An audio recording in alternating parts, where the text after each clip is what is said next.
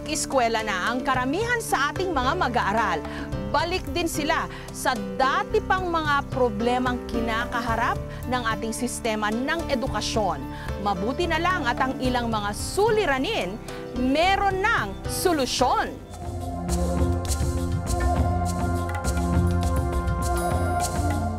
Simple lang ang buhay para sa 9 na taong gulang na si Alexander, batang Aita. Pero para sa kanyang mga magulang, ayaw nilang makontento na lang si Alexander sa ganitong pamumuhay.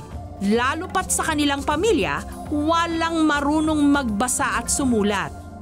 Kaya namin gusto silang matuto nga kasi nadanasan na namin yung wala talaga eh. Walang kaalaman kahit ganyan lang. Pagka marunong ka, hindi ka kayang ipihit. Kasi ang hirap eh. Ang hirap talaga. Hindi ka marunong.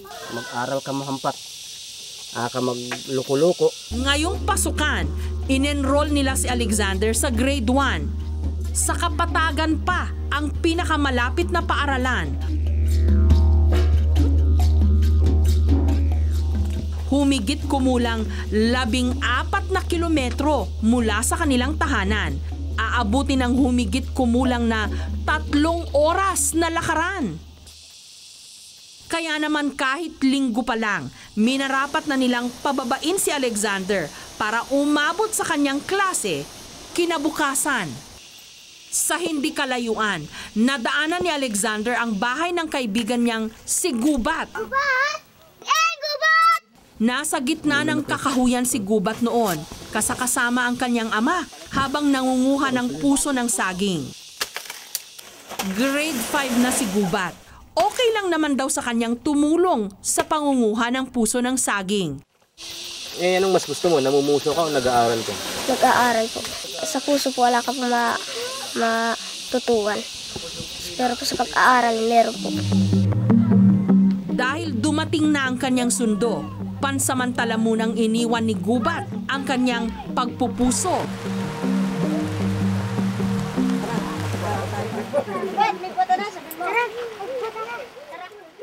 Kasama ang kanyang mga kapatid na sina Bundok at Eng-Eng, dali-dali na silang bumaba ng bundok.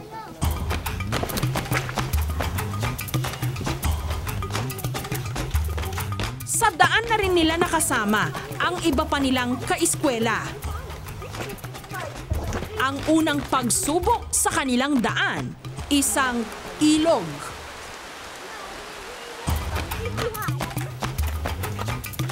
Parang naglalaro lang ang mga bata.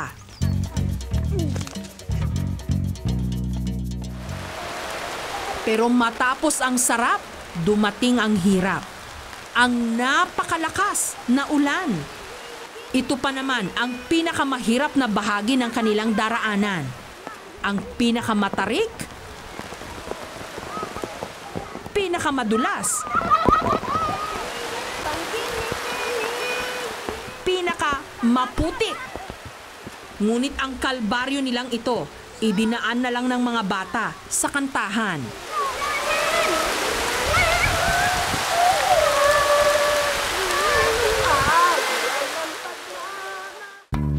Ang sitwasyong ito nakarating na sa kaalaman ng Department of Education. The dropout rates for IP is very high. Why? Because yung mga IP na bumababa sa eskwelahan in community from there, malayo yon, magastos.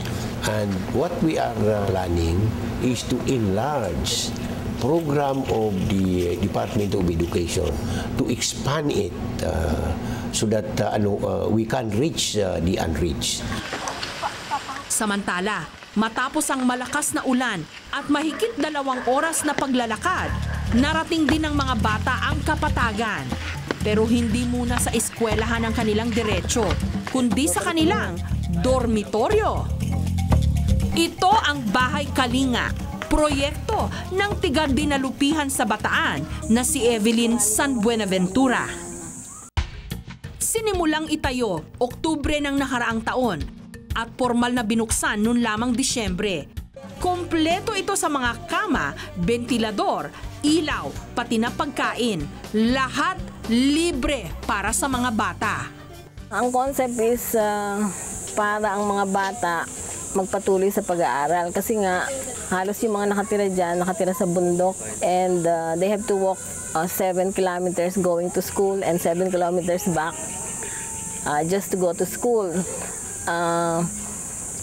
Kaya malaki ang dropout rate. Si Aling Elvira, katutubong Aita. Dati rin kasi siyang nagpatuloy sa kanyang bahay ng mga mag-aaral na kanyang katribo. Hindi na po pwede yung lagi kami doon sa bundok. Kailangan po namin bumaba dito sa Kapatagan para mag-aral. Kung meron pinag-aralan ng mga anak namin, meron ng mga anak na susuporta sa aming pagtanda.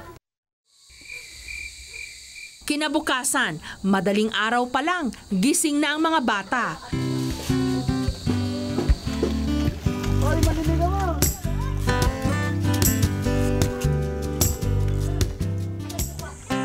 Muli na naman silang naglakad, pero ang kanila ng destinasyon ngayon, eskwelahan. 15 minutos na lang nalakaran. Pagdating sa Bayan-Bayanan Elementary School, agad inilapag ni Gubat ang kanyang bag. Siya kasi ang magtataas ng watawat para sa flag ceremony.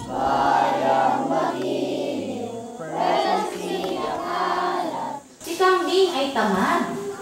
Ayaw niya magtrabaho. Sa klase ng grade 1, kabado at nangangapa pa ang first-timer na si Alexander.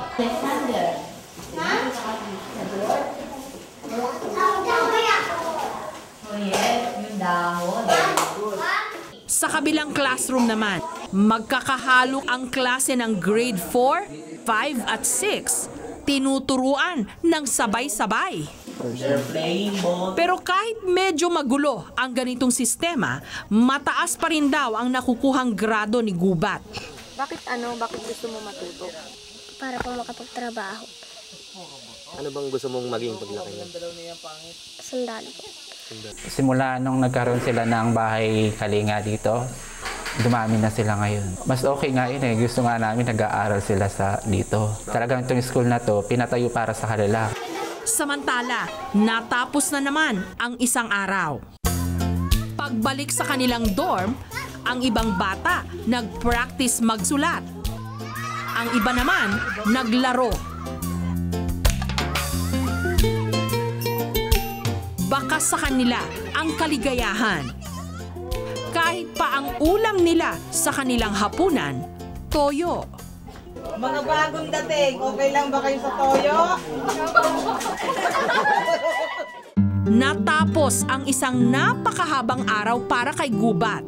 Pero sa init at pag-asang hatid sa kanya ng bahay kalinga, makakatulog na naman siyang bit-bit ang pag-asa na unti-unti niyang maaabot ang kanyang mga pangarap sa bawat araw na magigising siya dito.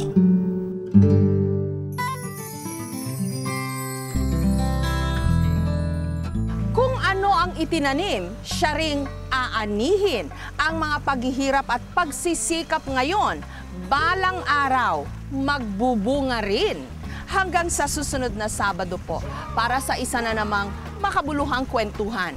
Ako po ang inyong kapuso mo, Jessica Soho.